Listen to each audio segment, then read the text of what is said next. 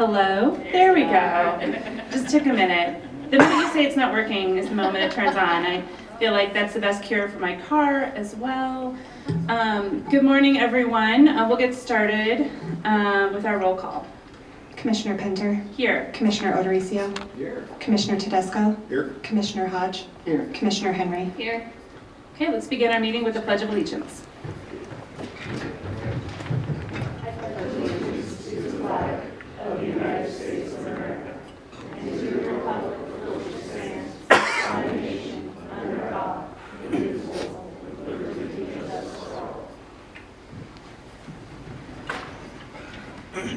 Okay, good morning. Just by way of housekeeping, we do not have our video live streaming, so we'll be having a video recording if your friends at home are texting you that they can't see your lovely faces.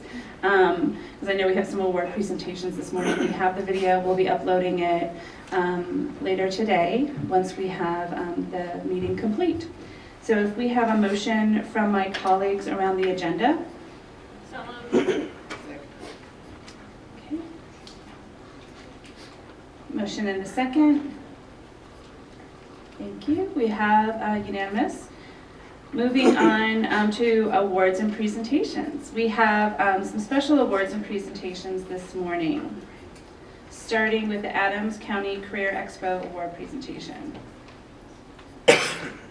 Commissioner? Yes. The Adams County Commissioners Career Export Award presentation was rescheduled due to the late start for the school districts this morning. Oh, that makes sense. All right, because my kiddos were home making cinnamon rolls, which they never ever get to do. I know, they're just old enough to make them on their own. Beautiful. I know, right? we're turning a corner. So we do have our members from the Colorado Air and Spaceport Advisory Board. I see several of them in the audience. So if we could begin this recognition of our Colorado Air and Spaceport Advisory Board members. And thank you for your service. If you could stand so we could recognize you. Yeah, and Dave Ruppel, if you could come down. I see you walking in and taking off your coat. Thank you for joining us. Thank you, all you board members. Your service and careful deliberation on matters before the board helped our process to secure a site operator's license for further aerospace operations while maintaining our standards as a reliable general aviation destination for pilots and on-site operators. I know you just arrived, Dave, but if you had some comments, if you could share a few thoughts on the contributions of the board.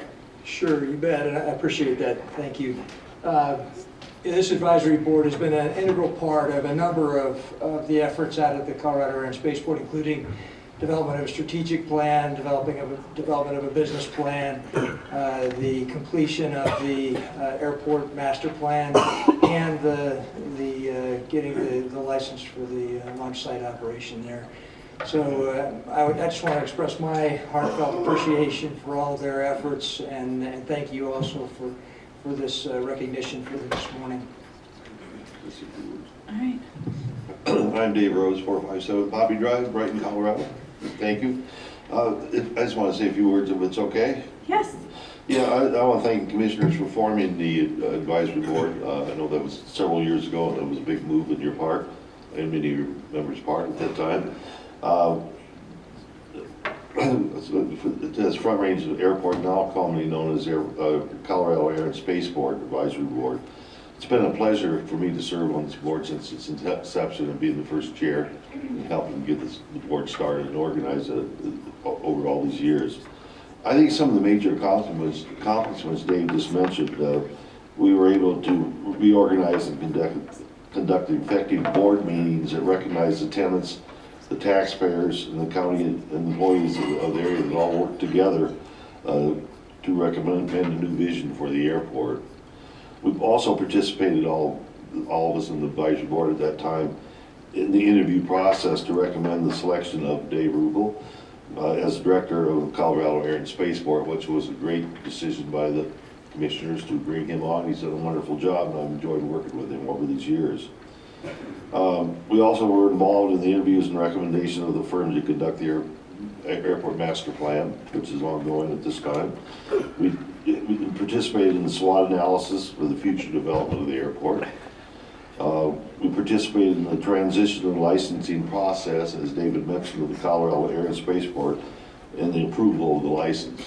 So that's just a few of the things that I feel like we've been involved with in the last few years to make sure it was a functioning general aviation airport and moving into the air and spaceport part of it. As a board member, I'm very proud of the accomplishments that we've occurred since the inception of the advisory board. And several of the board members feel proud of our work, and they're not too sure why. Some of them talk to me about this, why the Colorado Air and Spaceport Advisory Board has now formed. It's being dissolved because we feel like we're dedicated civil servants and only want to provide a future vision for the Colorado Air and Spaceport. But I want to thank you for inviting us today to be here, to recognize us and the work you've done, and only wish you the best for the vision of the future. I did have a 10-year vision that I had written, and I'll just take a second while I read this, and I hope this is also the vision for many of you and our fellow board members. It's to continue to develop a successful general aviation airport that does not need subsidizing by the Adams County citizens, runways and roadways that can accommodate major increase of air and road traffic, on-site businesses that support aviation research and development, and the spaceport development. The Colorado Air put the Colorado Air and Spaceport on the map and minds of businesses, citizens of Adams County, and the Denver metro area, the state of Colorado, and the nation. And I think actually some of that has already been accomplished, and so I wish you the best in the future as you move forward with this, in this vision. Thank you very much. Thank you. Mr. Rappel, any other comments? I don't have anything else. Okay, I know, County Manager Gonzalez. Commissioners, if you all would come down and we could present these two plaques to both Dave Rose and Rick Ward, that would be Yes. amazing, and then we could do some pictures. Rick, did you have a few things to say? Okay, thank you.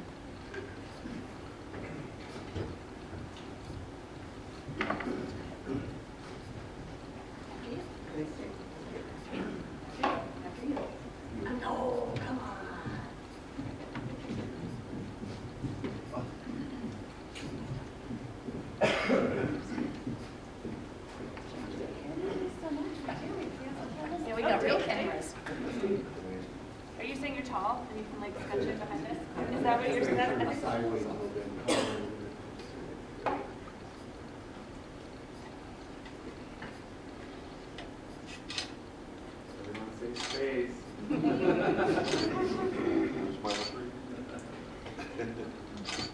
Thanks, Ray.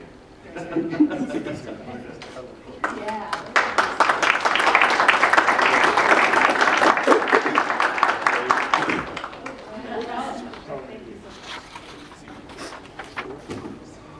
Thanks, Dave. Appreciate it. Yeah. Thank you.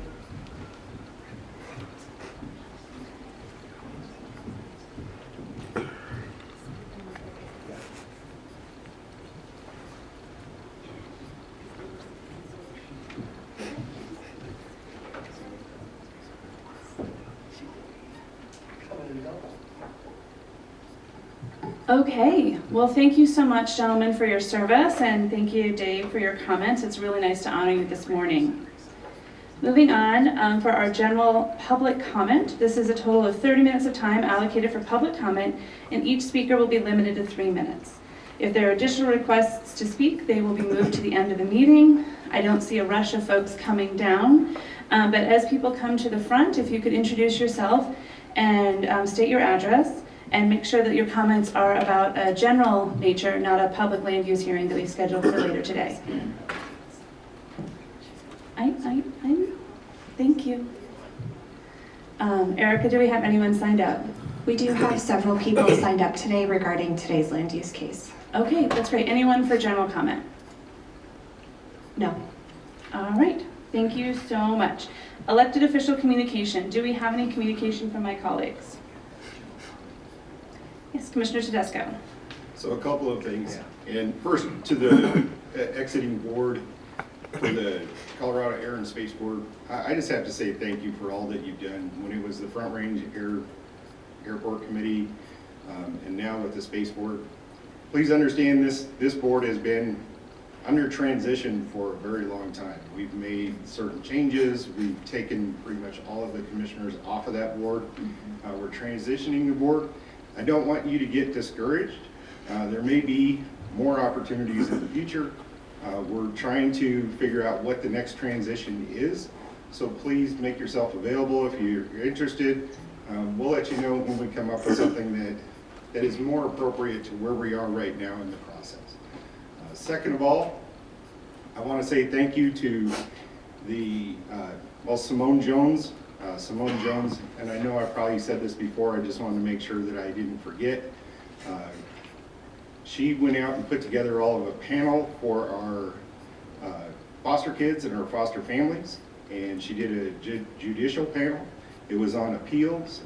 I don't know that anybody really knows how much work that takes to put together, especially when you're one of the only counties that is doing this at this time. But on behalf of the foster families and Adams County, it was an amazing panel.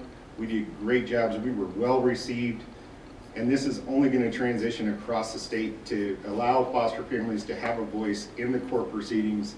And I just wanted to say thank you. Thank you for that, Commissioner Tedesco. Do any of my other colleagues have a comment? All right, seeing none. Moving on to our consent calendar. Do we have a motion for the consent calendar? Madam Chair, I move to Oh, approve. okay. Mike, okay. I move to approve the consent calendar. Second. Okay, motion and a second. All those in favor? Excellent, passes unanimously.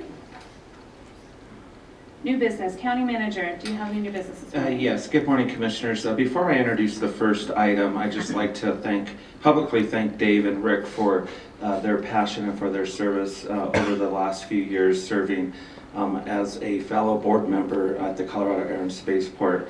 I know that we have great vision and that you all share that same vision, and so as Commissioner Tedesco said, you know, we don't know what the future holds, and so stay tuned because there might be several different opportunities for the two of you to get actively involved again in Spaceport. So thank you for your service.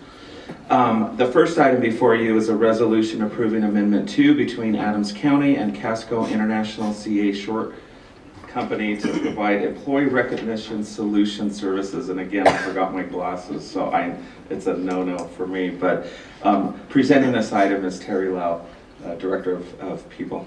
Thank you. Good morning, Commissioners. Good morning. The People and Total Rewards Excellence Department currently uses an external employee recognition solution to assist immediate supervisors, peers, directors, and others for performance-based and on-the-spot recognition. This aligns with the county's desire to be an employer of choice, as well as supports our cultural competencies and commitment to employee morale. I wanted to show you a breakout of the costs for the program. The large blue portion of this pie chart is our core or our existing Culture in Action program. And as you can see, we have $195,000 allocated to that portion of the program. And this money is allocated quarterly to our managers and supervisors. It's converted to points, and managers and supervisors then provide those points to employees for great performance and for on-the-spot recognition.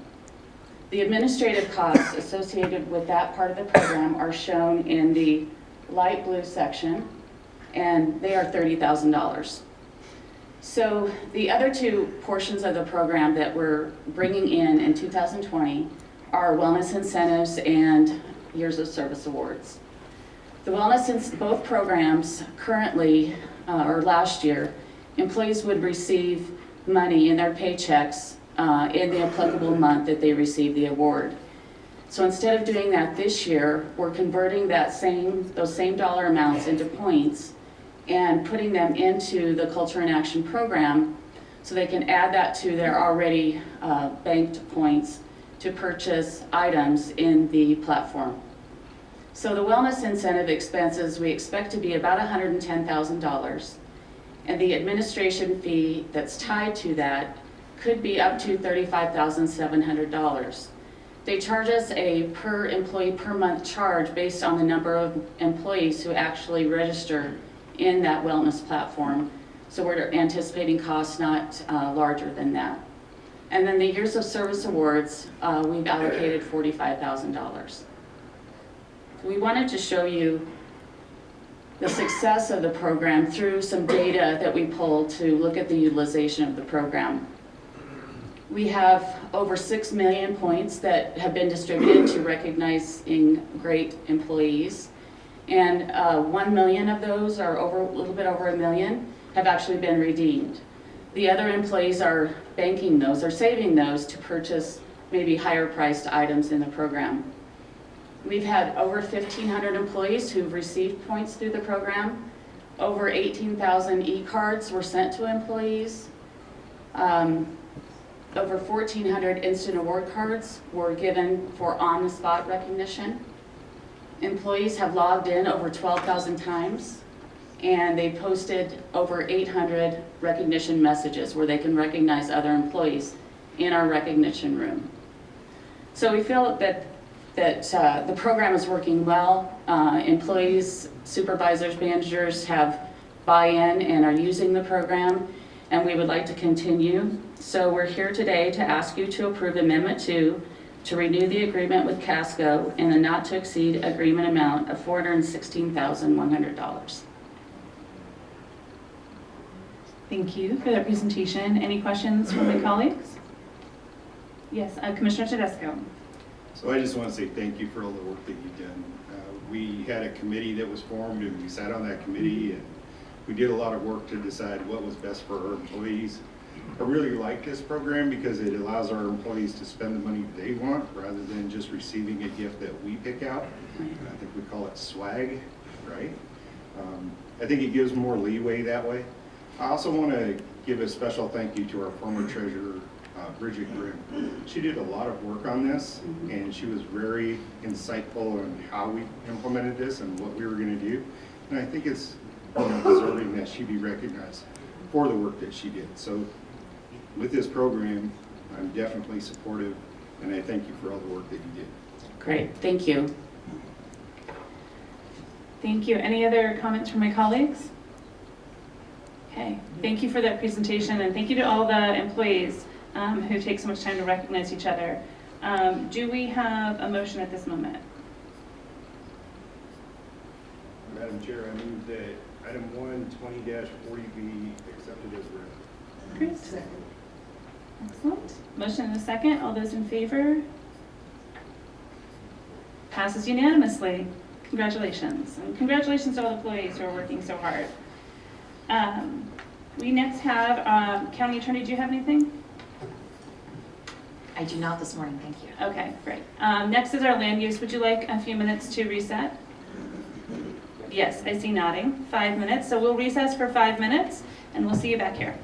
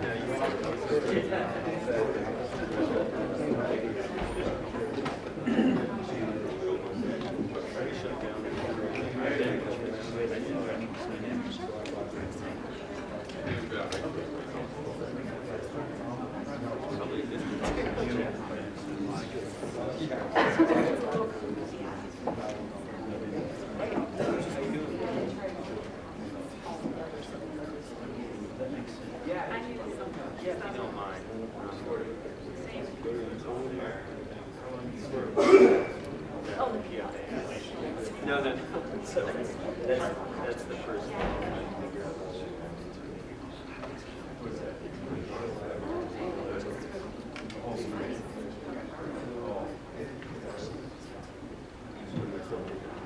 What's wrong? Are you? You need to go home with your second.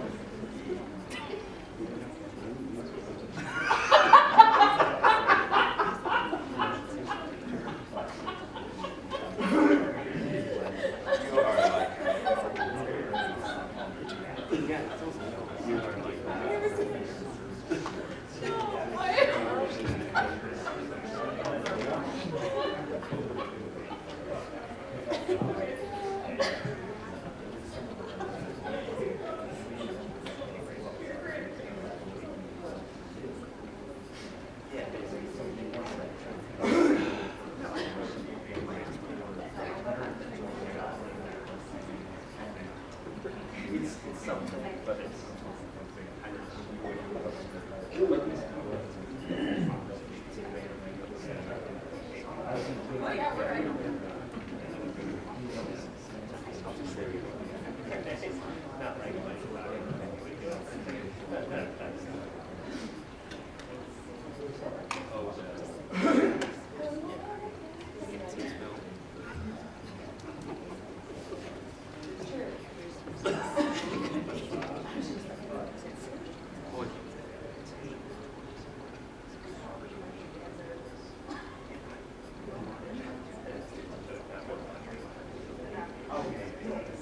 so we're like, let's just see what happens.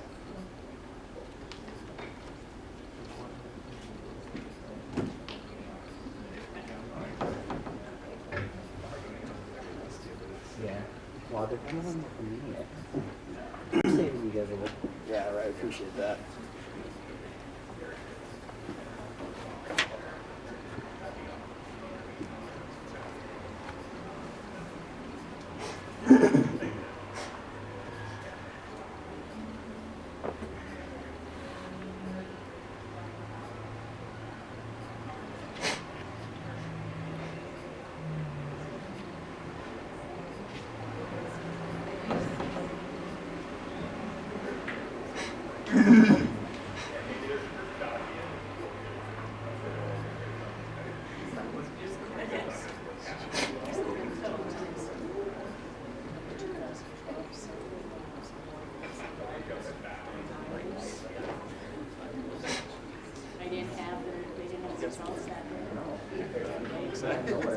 Well, this is like, In 2012, yeah. In 2012.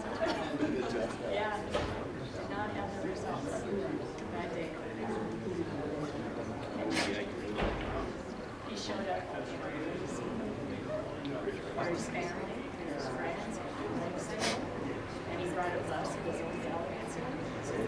Yeah, rented a bus for his own salary. Yeah. There were Ken Challenger t-shirts all over the place.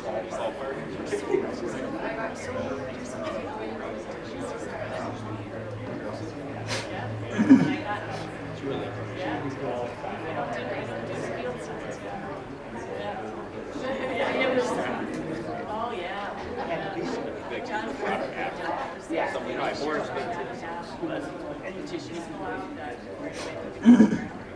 Yeah, it was, yeah, there's copies of PTSD all over. That's celebrated. And you didn't know if you were going to be on the ballot or not?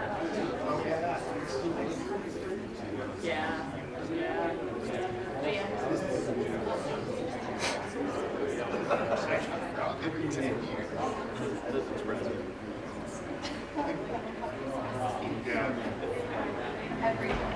Our staff, are you ready to go? I'm seeing nodding. Okay, we're going to reconvene. We're going to continue with our land use hearing. Good morning. Good morning. Good morning, Chairman, Chairwoman, and members of the commission. This morning I am presenting the case, my name is Libby Tart, and I am presenting the case Shook Subdivision Filings 3 and 4.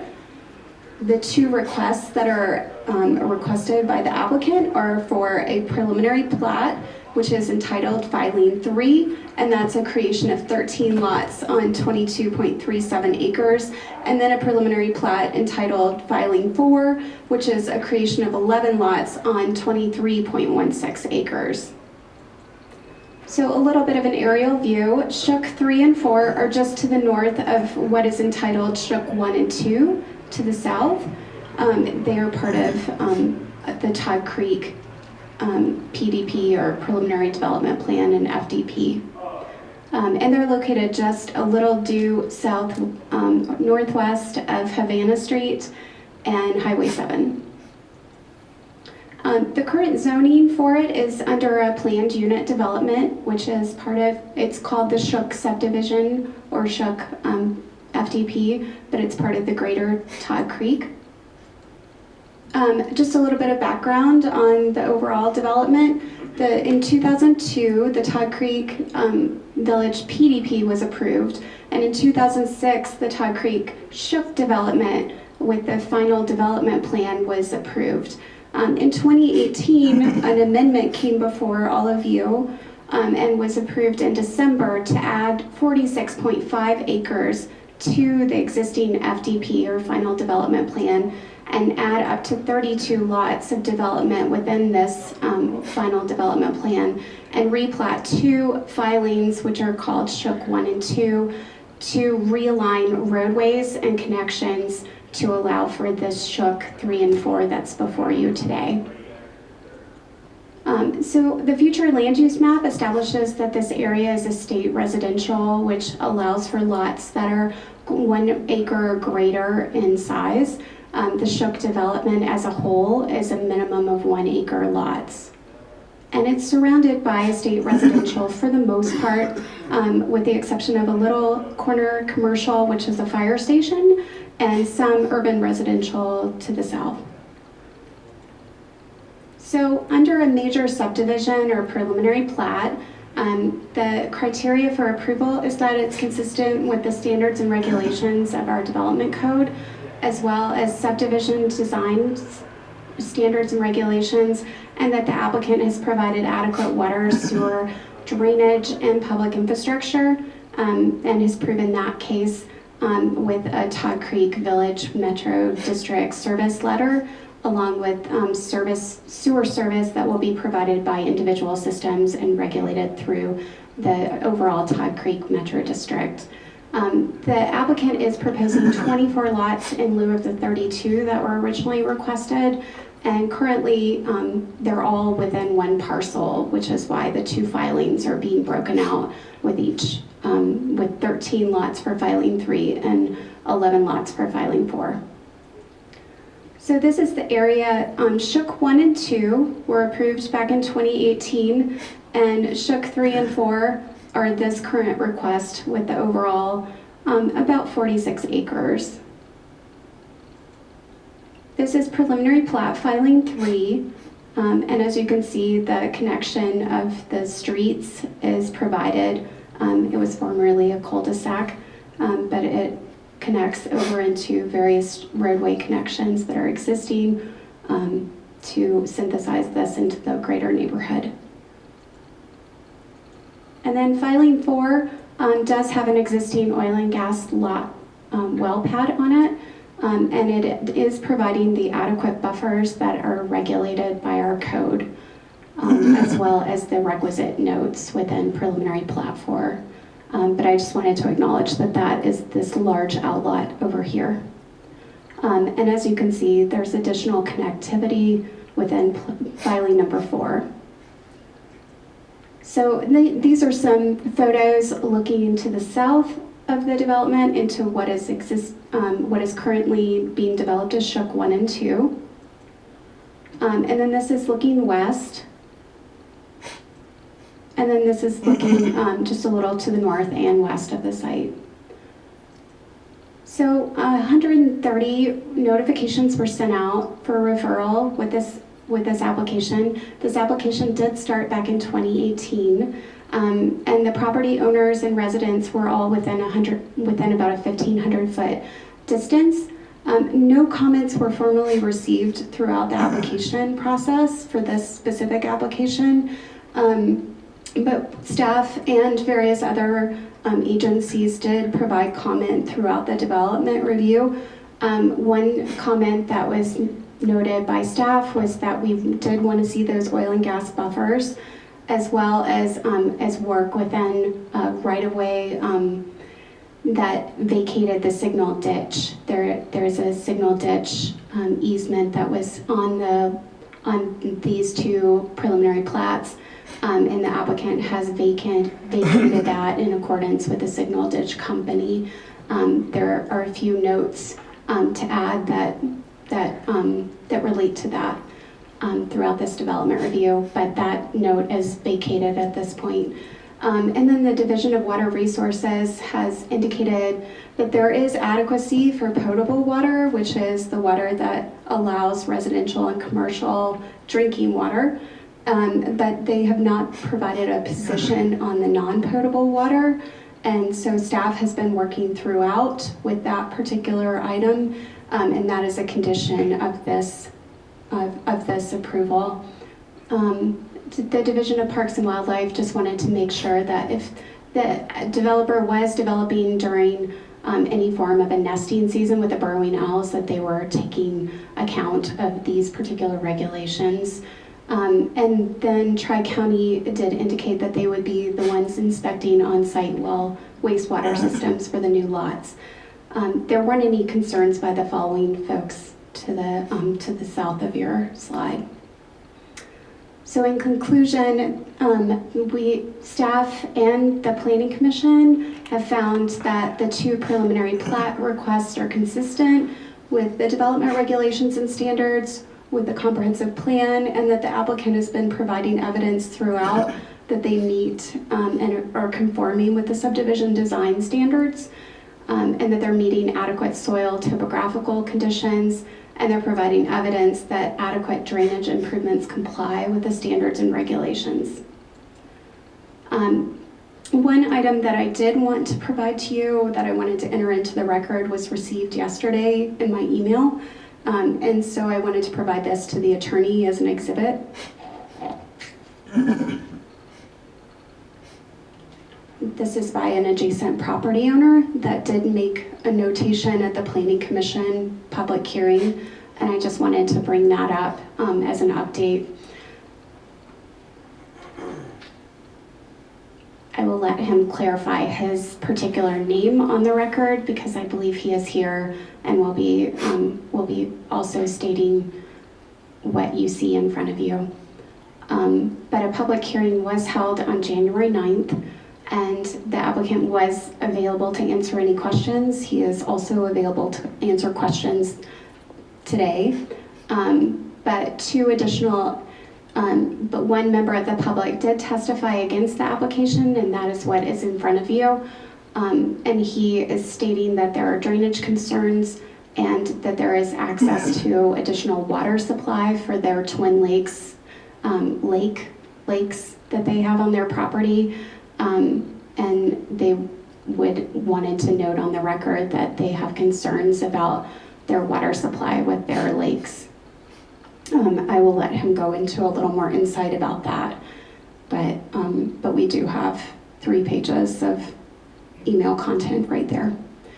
The applicant did answer a lot of questions that were in response to this particular concern, and his engineer and attorney were also answering questions regarding this. In turn, the PC voted 7-0 to recommend approval of the applications. And thus, staff and Planning Commission are recommending approval of these 2 Shook preliminary plats based on 9 findings of fact for each, 3 conditions, and 2 notes. And we have updated the conditions to include that the applicant shall provide proof of adequate irrigation, water supply, or non-potable water supply and services to comply with our section of our development standards and regulations in Chapter 5 prior to actually scheduling a hearing of the final plat before you, and that an SIA is required, that's standard, along with public land dedication fees. We have noted 2 notes, and one of the notes is that the applicant shall adhere to all zoning, fire, and building code conditions, as well as the fact that the signal ditch has been vacated and the vacation shall be shown on the final plat. And the applicant has already provided that material for staff, and staff finds this adequate. And that concludes my presentation, and I'm available for any questions. Thank you so much. Do my colleagues have any questions? I see some of you are still reviewing the materials that were put in. Commissioner Tedesco. I have a question, but I may have a couple other depending on the answer. Sure. And on the oil and gas part, is that an existing well or is that a soon-to-be developed well? Where are we at with that process? Commissioner Tedesco, I understand that that is an existing approved well pad permit. Okay. I'm unsure I will defer to my manager, Jen Rutter, for additional elaboration. Yes, this is the Shook well pad. It was permitted in 2016 and it has 14 wells on site. Okay, and then so I do have some extra questions regarding that. Is there a pipeline associated with that well? And if so, where is the pipeline and which way does it go? Does it go under this proposed neighborhood, or is it in place somewhere else? Where is that pipeline? If it is in fact connected.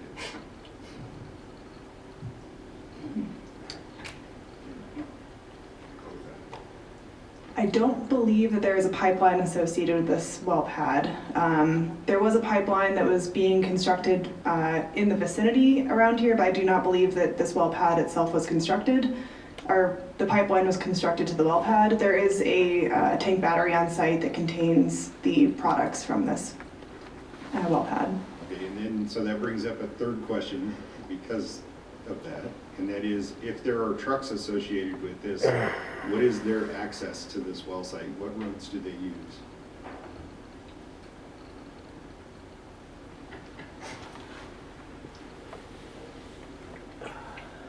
And can you tell me approximately how many trucks there are per year for this well site? I know that's a lot. I don't know the truck answer, however, so this is the site here, and I don't know if we have a more zoomed in aerial, but the access for this parcel, or for the well pad on this parcel, goes north up to 168th Avenue. And so it's relatively separated, would not be going through the neighborhood, although it is adjacent to the neighborhood. And if you could, at some point, let me know where the pipeline is that may or may not be associated with this. Thank you.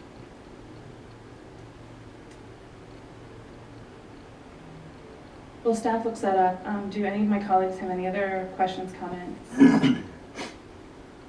I will just give you a couple of minutes.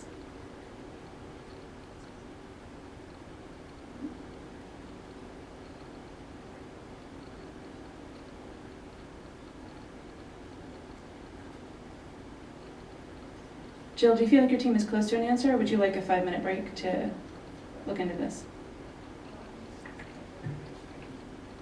I have the answer, it's imminent.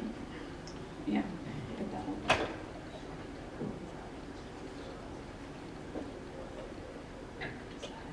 We also have the applicant, and he has a willingness to address this as well, but we are looking up this information in GIS, Great. and that is at our fingertips. And you believe the truck traffic information will be in the GIS maps as well? No. I see.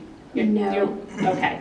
No All to right. the truck traffic No question. to the truck traffic Yes. question. Okay. I do have the staff report from the Shook well pad application, so I can dig up that information, but the pipeline is actually located 2 miles to the west, so it is not connected to this facility.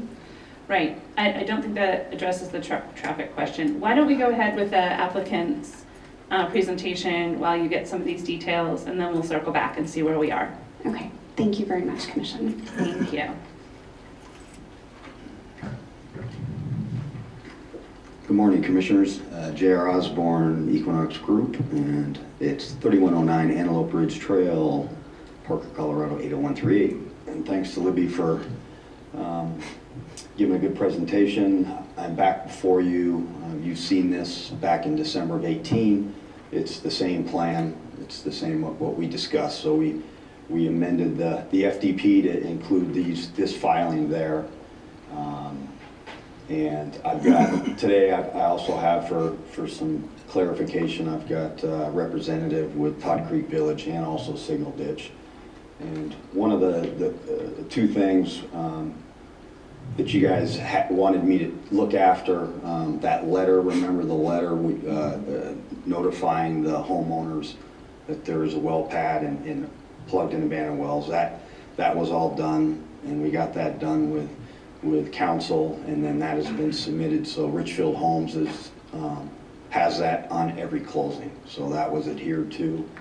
The other issue was our neighbors to the east, Twin Lakes. There's 7 homes over there that have been getting water from the Signal Ditch, and I, at my own expense, put in a water line, irrigation line to their property line in order for them to purchase water legally from Todd Creek Village, and they couldn't come to an agreement with Todd Creek Village because they said the water was too expensive compared to what they were paying for. But I approached Signal Ditch like I discussed that with you, went through the proper channels to get that ditch legally abandoned.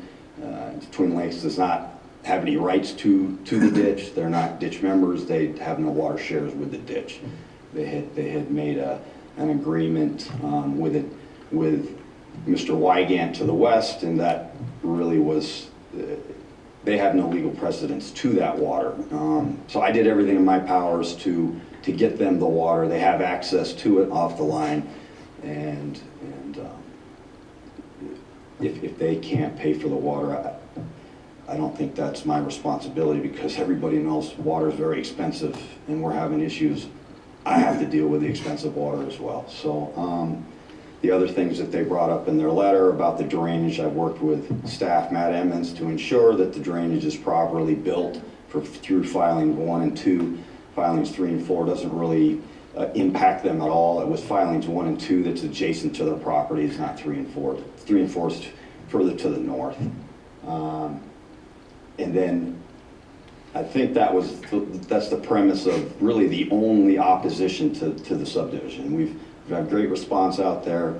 The homes are selling well. Richfield is a happy home builder, and they're looking forward to this next filing. So is there any other questions that I may answer for you guys?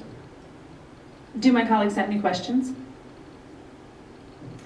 I have a question, seeing no lights from my colleagues. And looking at the drainage, I know you briefly addressed this. You talked about how 1 and 2 are more adjacent to the properties that have been threatened by the stormwater overflow. Properties 3 and 4 are not.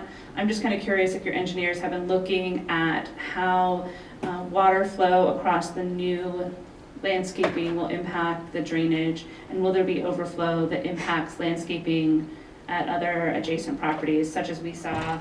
There's documentation in the letter that in 2013 the drainage overflowed to such an extent it washed away landscaping. Are we going to see something like that again? Well, do you have engineers who have addressed it? That was prior to us ever moving dirt, 2013. I get that. So what we've done is made the drainage better than it's been in the past. So we now have channels. The drainage goes to the north. Before it was just sheet draining across the field. It was just a vacant field. Mm-hmm. So yeah, I mean, worked closely with Matt Emmons and went back out. We've had several site visits out there with staff, with the homeowners, with resurveying to ensure that there's drainage that goes to the north, and it's better than it was in 2013. It's more controlled now than it was prior. And you've anticipated for flood events like what happened in 2013? Of course, yeah. We designed per the state criteria plus Adams County criteria. Okay. Do my colleagues have any questions? Thank you for that. Sure. Seeing no questions, staff, do you have some updates with regard to the well pad? So I'm reviewing the traffic impact study that was submitted with their application, and their intent was that they were going to be connecting to a pipeline. And so Because the pipeline would have been so short, it wouldn't have needed a conditional use permit. I do not have record that there was a conditional use permit obtained for a pipeline. However, their permit application at that time committed that they were going to be using pipeline, and therefore only 1 to 2 truck trips per day would be that impact. Commissioner Tedesco, does that answer your question? So I do have a follow-up, because they did commit to connecting that to a pipeline, and we are now in 2020. I'm just kind of curious as to where that is in the process and why that hasn't been achieved to this date. If I may, I'd like to have Don Summers come up. He's very familiar with all of this because he works closely with the oil wells. Just to be fair, this isn't about the developer or Right. anything that you're doing. This is about what we signed in agreement with an oil company that came in and got permitted under conditions and under certain expectations to do things. And I'm trying to find out why, if we had that in there, at this point, we're still not there.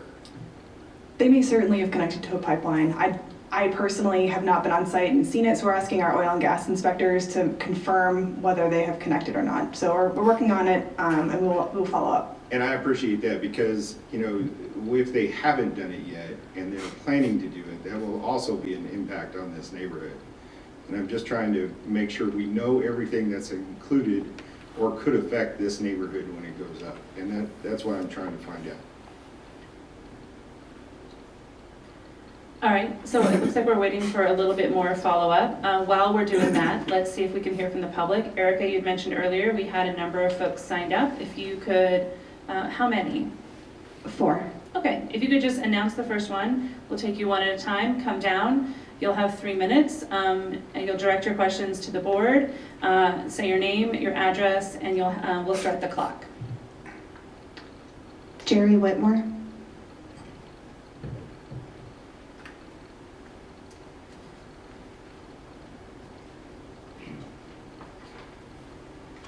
Good morning. My name is Jerry Whitmore. I live at 16020 Geneva Court in Brighton, and I live just east of the Shook subdivision. And I do have some handouts while I explain our issues. I don't know if you want handouts. Yeah, pass those to the attorney and she'll distribute them. Thank you. Okay, so the developer just mentioned that we had a illicit water discharge in 2013, and that's true. It did happen, and you'll see some of the pictures there of what happened.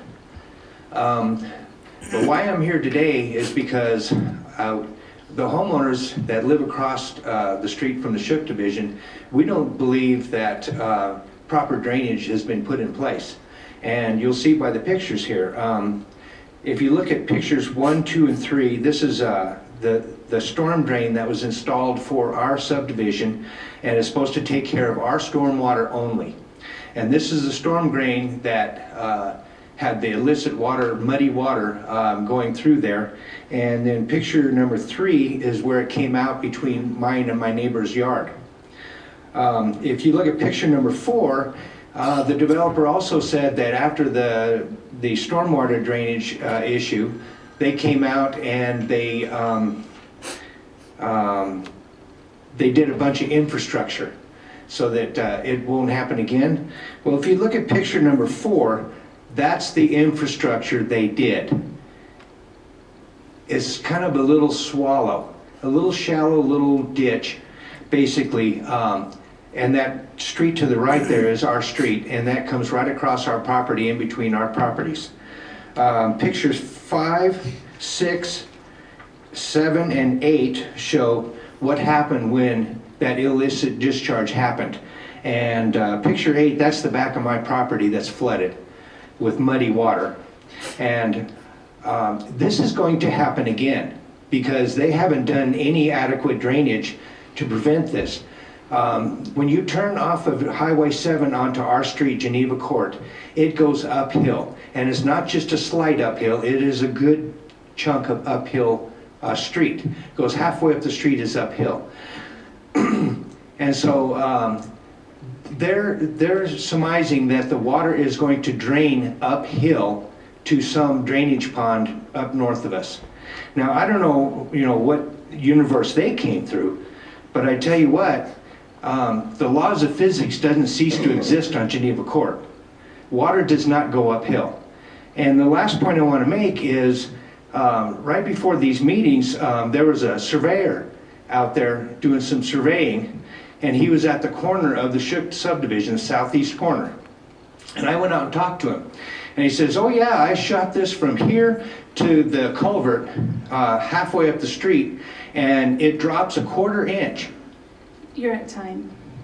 Okay, Thank you for your comments and your exhibit. that's right. Richard Arnold.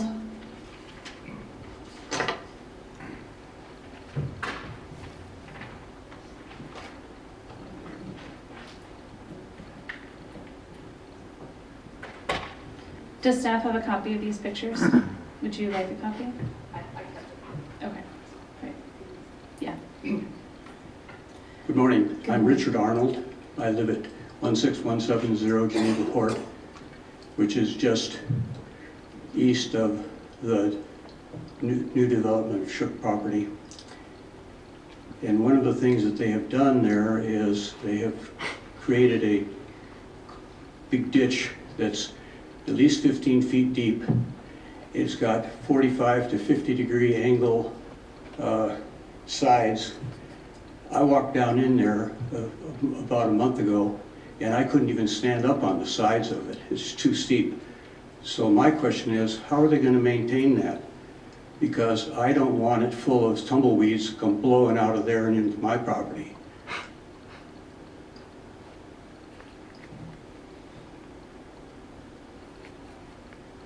Okay, thank you for that. Erica, who's next? Bob Patton.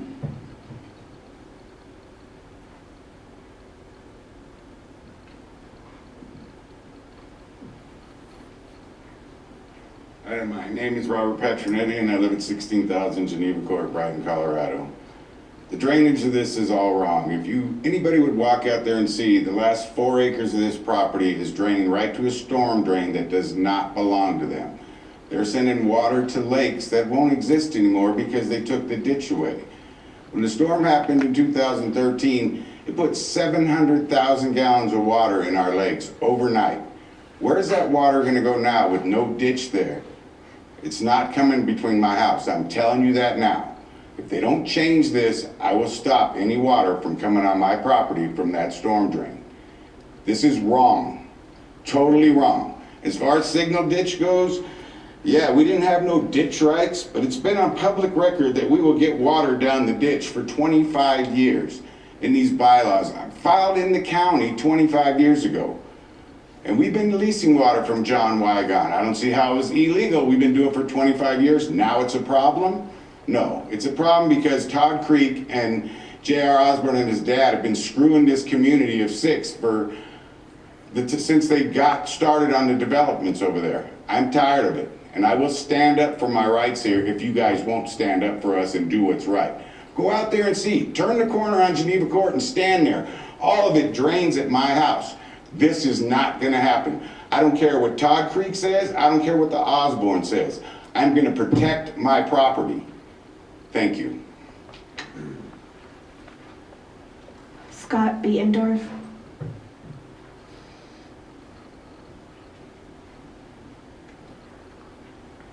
My name is Scott Bietendorf. I live at 16150 Geneva Court, just north of my neighbors. And to continue what Jerry Whitmore was saying, when the surveyors were spotting that, and I watched them dig it out, they were literally using a hand shovel to make a grade to try to kind of go to the north, to go into the ditch that they made to go into the Shook development property 3 and 4. I think those sections are going to have a large retaining pond.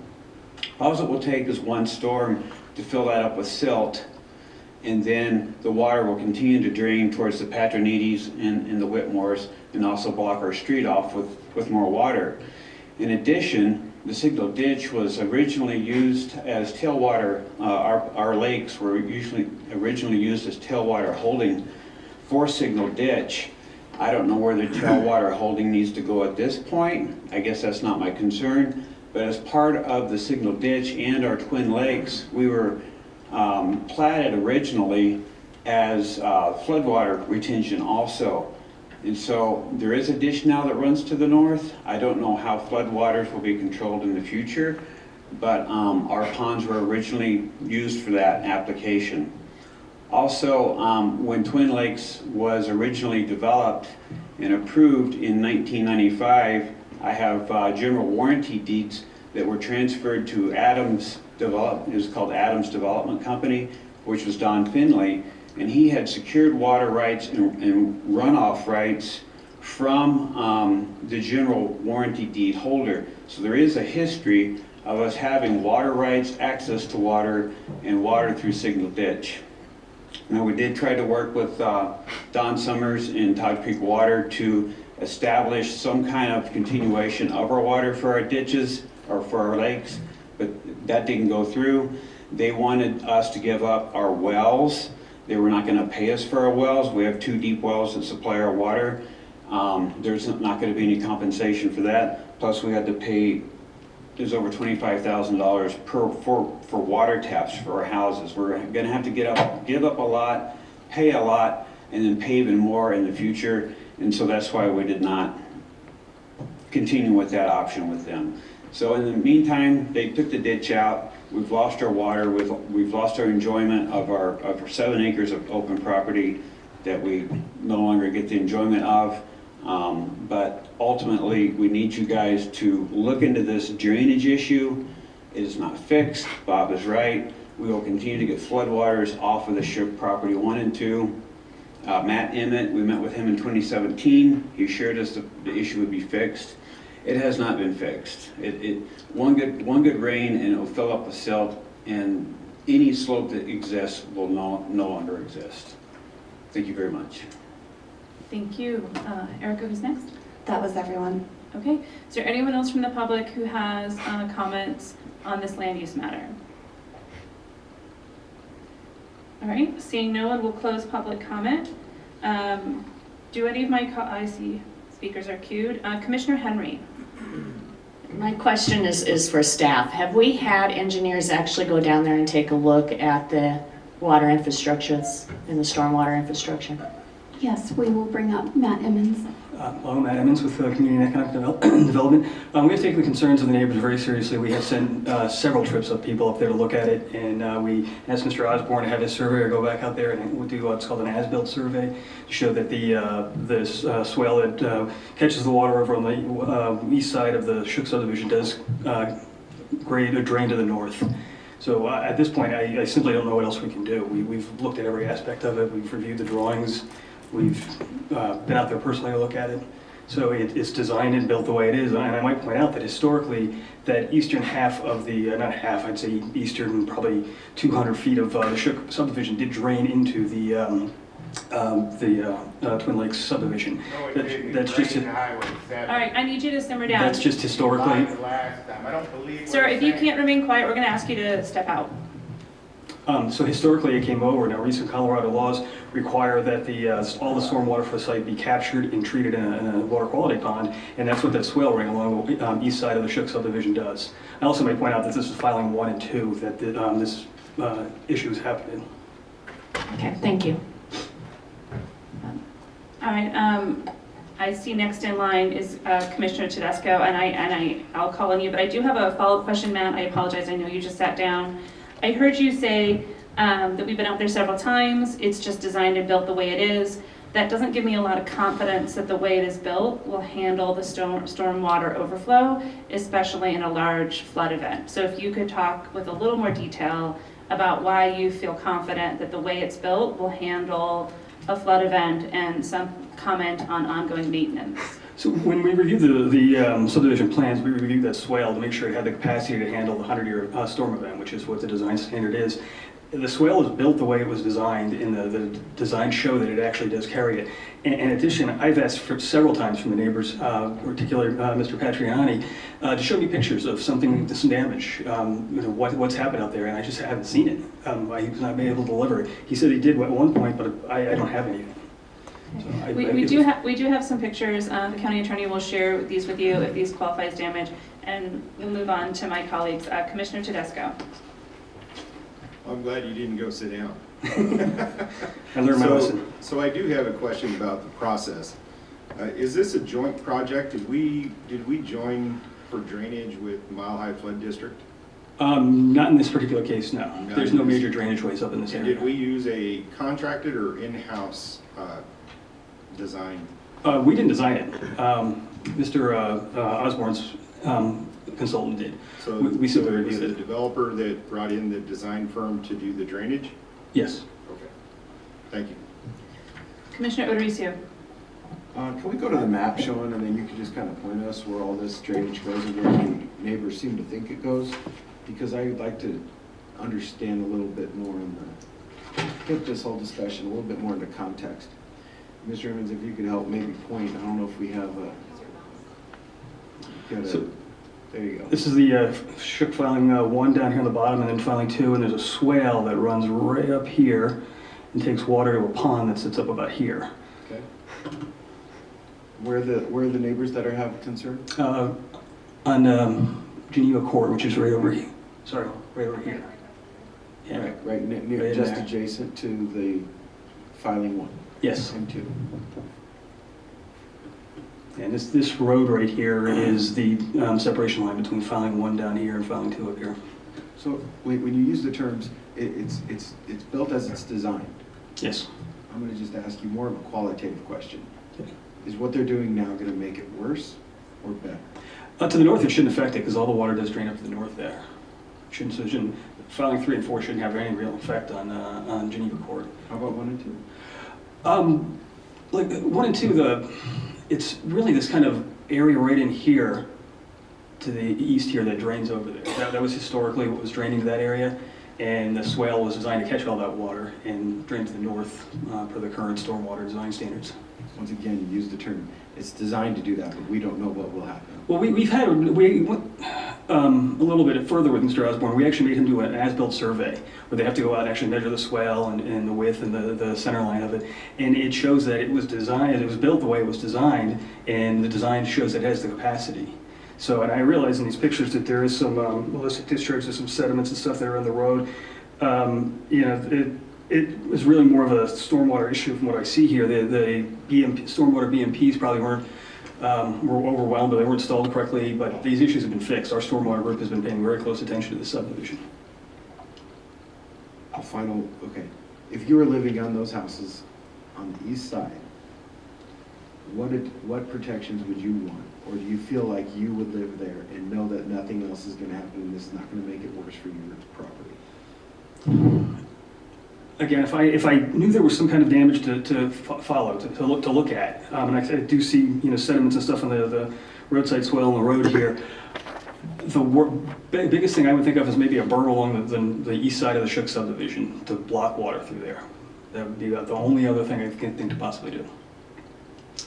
Thank you. My next question, after you guys get through the next round of questions, would be for the applicant. All right, Commissioner Henry. Don't go anywhere. So, I mean, you do a lot of refer to the design. My question is, have you actually had our staff go down and inspect that area? Yes, on several occasions, both Public Works and Community and Economic Development. And they all feel that it's fine and it's adequate? I haven't heard any suggestions to do repairs or changes at the site now. So that you haven't really asked if there's a way that we could change it to better handle the stormwater? Well, like I say, you can go and put a berm along the property line to kind of further protect that area, give it more depth, if you will. But we haven't had any one of our engineering staff suggest that. I mean, this is just something I came up with right here. So. Okay, thank you. Okay, Commissioner Tedesco. Thank you, Madam. Oh, Jill. I apologize, Commissioner Tedesco. I think Jill would like to respond. maybe just to clarify the process a little bit, Jill Jennings, Golick, Director of Community and Economic Development. So when a subdivision comes in, as part of that application are the engineering plans, which Matt and our other engineering staff review. So those are designed by engineers. They have to show that they're meeting our requirements, which is dealing with 100-year flows in terms of a future flooding event that you had asked about, Commissioner Pinter. Those go through typically multiple rounds of review to make sure that they're in conformance with our criteria and other regulations. Once those are approved, those are then built and constructed by the developer and then our staff and Public Works. I think Public Works typically does inspections to verify those improvements have been constructed per the accepted and approved design. So that is typically how the process has gone. In this case, in addition to that, we have had numerous staff between Community and Economic Development and Public Works visit the site, just to have discussions with residents of Twin Lakes to understand their concerns. There have been a couple of improvements that were made, and as Matt said, we did ask that they do an as-built survey to verify that that ditch was flowing appropriately so that it could handle that storm event should it happen. Thank you. Commissioner Tedesco. Thank you, Madam Chair. So I think to be respectful to all parties, the homeowners, the developer, our staff, everybody, I think this has turned into a he said, she said, or us against them. I believe that our staff is very professional and knows how to do their job, and I believe that the developers know how to do their job. And I believe the community members know what's physically happening to them. I think there's an opportunity here that maybe we could resolve this if we had a firm that is a partner with Adams County, and I say Mile High Flood District because this is what they do. This is all they do, right? I think we could have them come in and just review with all parties as to how this was designed, what it was, how it was done, just so that we could get past this he said, she said, us against them, all of this. If we could do that, would that help all parties kind of resolve this issue? I know that's a big ask, but we partner with Mile High Flood District because that's where our money goes, and we could utilize them in this arena. I'm just asking if that could be a resolution, because I don't know that we're going to resolve this today with the information that we have. I'd be happy to contact Mile High Flood District and see what they they can offer for us in this case. I know they do review major drainage ways and drainage issues, so I'm confident. I'm optimistic that they would come out and help us in this situation. And I'd be happy to report back anything we find. All right, thank you so much. Commissioner Lauricio. I actually like that idea, and what I was going to ask is for the applicant, if Mr. Emmons, if you could let the applicant come up, I would like, are you willing to continue this or have some sort of condition subsequent? Yeah, I mean, in order for us to... Regardless of what the homeowners think of me and my dad, we've done nothing but try to do a good job. I understand. I'm setting that aside. I haven't even thought. I haven't even gone down that rabbit hole. I'm just prefacing by saying that we're here to work with you guys. Right. I mean, we're here to work with staff all the time. We're not here to do anything other than develop some land. That's it. And so yeah, we don't. I don't want anything flooding on these guys, but. On the other side is, I have done exactly what I've been asked to do from day one. I've got the plans, I did exactly what's supposed to be done. I don't have a problem going forward and having another person look at it, but I'd like to keep the process going, if possible. So this is only a preliminary thing. If you want to put a deal, if they, I don't know the timing of that agency, if they're available quickly, but I'd like to keep the process going and say, all right, well, prior to the final approval, that at least we had an opportunity to discuss it with them and go over that with them, with staff, to come up with a reasonable, I'd like to think that if staff is happy with what they've come up with and what we've worked on, that would be good enough for you guys. But that's what I'd request, that we continue the process going well, because we still have another month or so to go before, you know, the final hearing. Thank you very much. May I do a follow-up? Yeah, of course. This would be for staff. If we were to ask for, as Commissioner Tedesco brought up, the third-party kind of validation or to come in and give some recommendations, is that fair? Is that what I'm asking? How could we do so either as, it sounds, intuitively I'm thinking it would either be a continuance and then come back, or we proceed with a condition subsequent that the final plans would include recommendations and compliance with recommendations from the third party. It doesn't necessarily mean consensus, because that may not be possible, but something where if it would be staff recommending changes, like a swell, or whatever, you know, a berm, or something, based on that input, that we could still make that a condition. We may need to consult the county attorney's office. So the issues that were being discussed here today are related to the Shook 1 and 2 filings, and the requests before you today are the Shook 3 and 4 filings. So not the same, but related. So we just want to make sure that if we condition something on those other 2 filings, that that's something that we're able to do. I appreciate that. I think that if you take a hose and you put a kink in it somewhere, you still affect the flow of water throughout the hose. So I understand, but I appreciate your caution on that and the need for consultation. That's all for me. All right, I do see a few more commissioners lined up, and I see the attorneys consulting. Yeah, they've got they have a book. There's a book involved. Why don't we go ahead and take a 5-minute recess and allow staff to consult with each other, and we'll. Madam Chair, if the board would allow, I would suggest we go into a quick executive session pursuant to Colorado Revised Statute 246402-4B for the purpose of receiving legal advice. That makes sense. Do I have a motion for executive session? So moved. Second. All those in favor? Aye. All right. We'll be back in 15 minutes.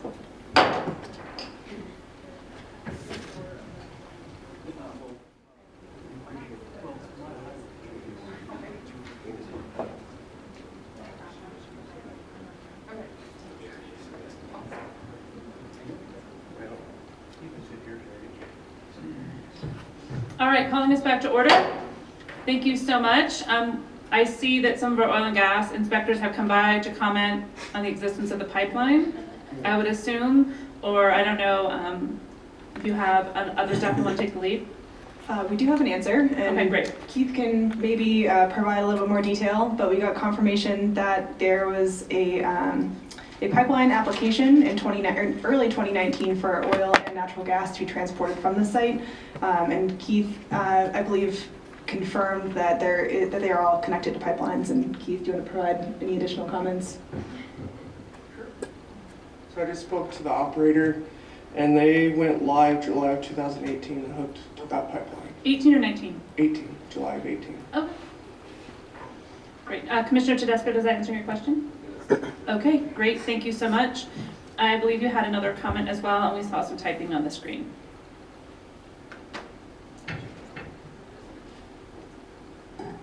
Hello, so we just added a 4th condition that states that the applicant and county staff shall work with a, ooh, can you pull that back up? Welcome to our world. I can't see that well. Applicant and county staff shall work with a third party to review the drainage design and construction for Shook subdivisions filing 1 through 4 prior to the Board of County Commissioners hearing on the final plat. And I did talk to Mr. Osborne about this and Matt Emmons, and we seem like we're in agreement with working with someone to just take a look at everything that has been done there. Excellent. Thank you for that. Do my colleagues have any more questions? It feels like to me that answers all outstanding questions. All right, seeing no further questions, do we have a motion? Madam Chair, before I make the motion, I just want to say thank you to the neighbors who brought this to everyone's attention. You know, we're doing everything we can to try to resolve this. Thank you for being patient. Not everything we do is perfect, although we like to try. We hope that we're moving forward in the right direction. To the developer, I want to thank you guys for what you're doing. You know, especially in the oil and gas area. I'm not a big fan of especially 14 wells being put in a neighborhood, but I want to thank you for respecting the setbacks and respecting the, you know, getting all of this done and including it in and all the work that you've done for that. Also on the water, I think you went above and beyond on the water, and I think you need to be recognized for doing that. It doesn't meet everybody's needs, but you certainly need to be recognized for the work that you did and the amount of dedication you put to try to, you know, provide something that wasn't there before, okay? So that being said, I'd like to move PRC 2018-8, Shook 3 and 4, be approved with on the preliminary plats based on 9 findings of fact, 4 conditions, and 2 notes. Is there a second? We have a motion and a second. All those in favor? Passes unanimously. Thank you for continuing to work with staff, and thank you for all the citizens who came out to comment and share your concerns. Seeing no other business, we're adjourned.